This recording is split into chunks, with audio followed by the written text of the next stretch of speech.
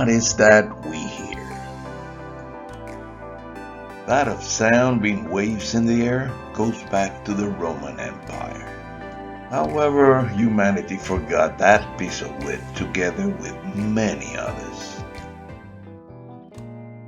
The radius and circumference of the Earth were first measured in around 2000 BC by a man named Eratosthenes. Yet, almost 1700 years later, Christopher Columbus had to convince his sponsors that the Earth was round. In the 1st century before Christ, Vitruvius, a Roman architect, used the Greek structure to build theaters, but he had a deeper understanding of sound, as he was known to be the first to claim that sound travels in waves, like ripples after a stone is thrown in still water. However, by the 17th century, Vitruvius was long forgotten, and many scholars believed that sound consisted of particles that traveled from the source to the listener. In 1650, Otto von Guericke invented a vacuum pump and amazed everyone with the force that the atmospheric air pressure could generate. He pumped some of the air out of a spherical chamber and left the audience in awe when more than 10 horses couldn't pull it open. Those horses didn't have a chance. If we estimate the diameter of that ball as having 4 feet, being the atmospheric pressure 14.7 pounds per inch squared, the force to open it had to be greater than 26 tons.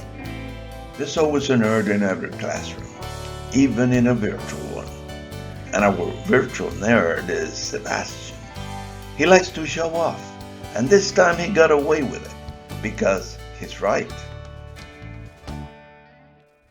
Robert Boyle in 1660 improved that pump to the point that he could rarefy the air so much that no sound from the inside could be heard. He then arrived at the same notion Vitruvius already had almost 18 centuries ago, that of sound being waves that propagated through air. However, Vitruvius' image of sound being waves like that of ripples in still water is not quite right. Those were the only waves familiar to Romans, but they are the wrong kind for sound. The motion involved in ripples is perpendicular to that in which they propagate. Same goes for the waves on a string. These are called transverse waves.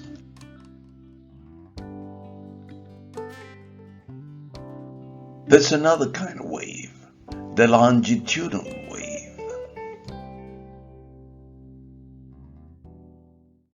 Sound was then conceived as a longitudinal wave in a compressible fluid like air. When the piston pushes in, it compresses the air in its vicinity, shown in red, and the push propagates. When it pulls out, it rarefies the air in its vicinity, shown in blue, and the pull propagates. By the 18th century, the molecular theory had changed the picture.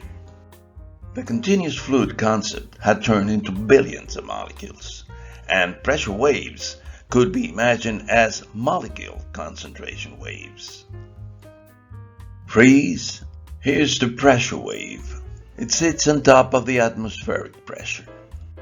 This oscillation around the atmospheric pressure is called acoustic pressure. Loudness is the hearing sensation to the size of the acoustic pressure. Human hearing can catch a whisper, but can also listen to a rock concert, where the acoustic pressures can be up to 100,000 times that of a whisper. Yet your sensation cannot possibly go with that proportion. How many pounds per square inch can a rock concert produce? About 0.003 psi. What? Not even a pound? A pound? 1/30 of a psi will leave you deaf as a post. Here's the acoustic pressure of some typical sound levels. Notice, for instance, that the normal conversation has 100 times the acoustic pressure of a whisper. Here are the same sound levels but expressed in pascals, which is the international system unit for pressure and very much in use by acoustic professionals. Like a train, a wave carries away the energy from the work of the piston. The more the energy per second it carries, or in other words, the power, the more intense the wave. The total power of a wave goes with the area, the propagation speed, and the square of the acoustic pressure. Sound is more intense when the same power is spread in a smaller area, so intensity goes with the power per unit of area, or the surface power density. The term for this surface acoustic density is that of acoustic power, because it is what translates into the loudness sensation. And here's what's important. Loudness sensation is not proportional to the acoustic power, but to its power of 10. That is, if power goes 1, 10, 100, and 1000, loudness goes just 0, 1, 2, and 3. In more words, with 1 you hear nothing. With 10 now you hear something. With 100 loudness is twice.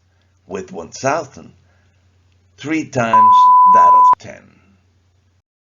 Here's the acoustic power of the same typical power levels. Notice how the sensation goes with the exponent of the acoustic power. This seems to be a good time to introduce the unit for sound intensity. The decibel, or dB for short. Same as a deciliter or decimeter, that is 1/10 of a liter and a meter respectively. The decibel is 1/10 of a bell. However, the decibel is the unit in use for its smallest sound increment that can be perceived by humans. If the power of sound is 10 times that of a human threshold, it's said to be 1 bell. If it's 100 times that, then it's 2 bells. If 1000, then 3 bells, and so on. It goes with the exponent of 10, or in more fearful words, the logarithm of the said power ratio. That's why the bell is said to be a logarithm unit. How big are those bells? What an idiot! Bell is the name of the French lady that invented the unit. Oh my God, Sebastian, stop it. You're not even close. The unit is called the bell after Alexander Graham Bell. However, he didn't invent the unit, but he did invent the telephone. And in 1877, he founded the company in the labs of which the unit was created. That company is still around. Maybe you've heard this company being mentioned. AT&T? Here are the same sound levels expressed in decibels. A whisper is 20 dB, and a conversation when no one is shouting is 60. Your loudness sensation is about 3 times as large. Let's come back to the piston. This wave we have been showing is a periodic one, for the piston is moving periodically.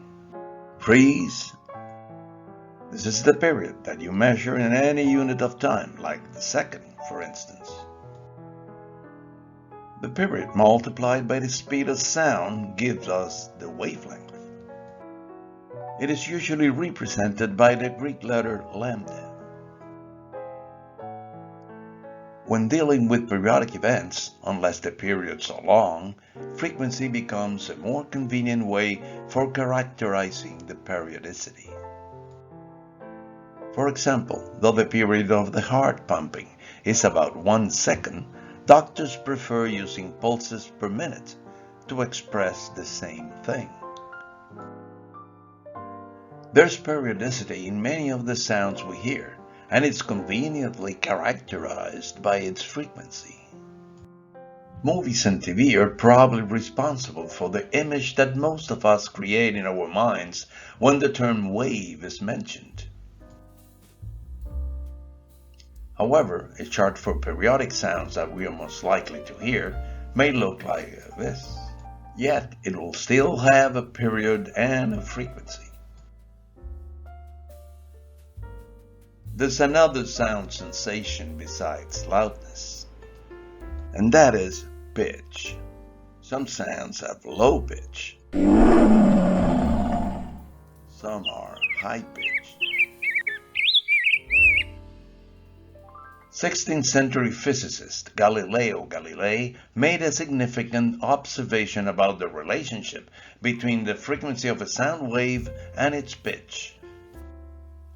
However, the concept took a century to settle.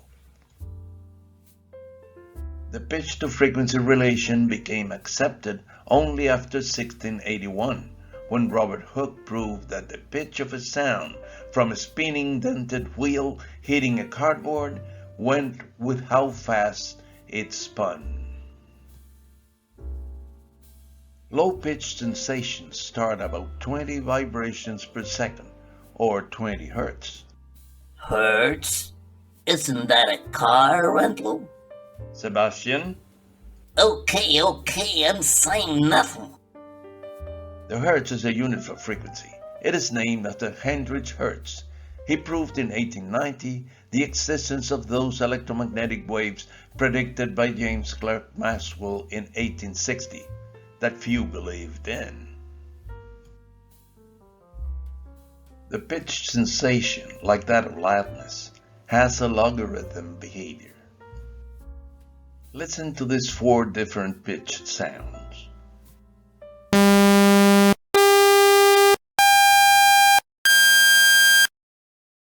The 3 pitch intervals felt the same, yet the frequency increments were quite different.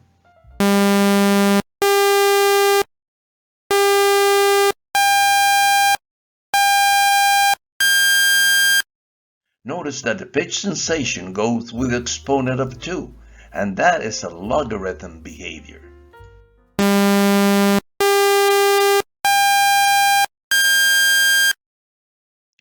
This is the reason why intervals between musical notes are not frequency differences, but frequency ratios.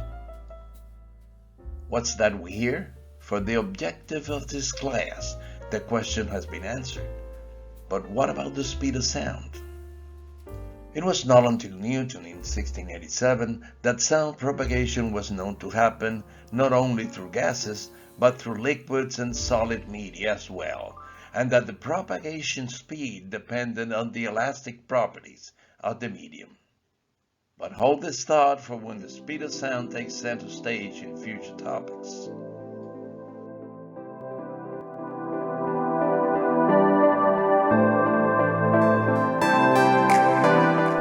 There's another sensation, the timbre. This one allows us to differentiate sounds with equal loudness and pitch. For example, a flute and a trumpet, even when playing the same note, they sound different. Get the whole story in class number 2 about frequency composition.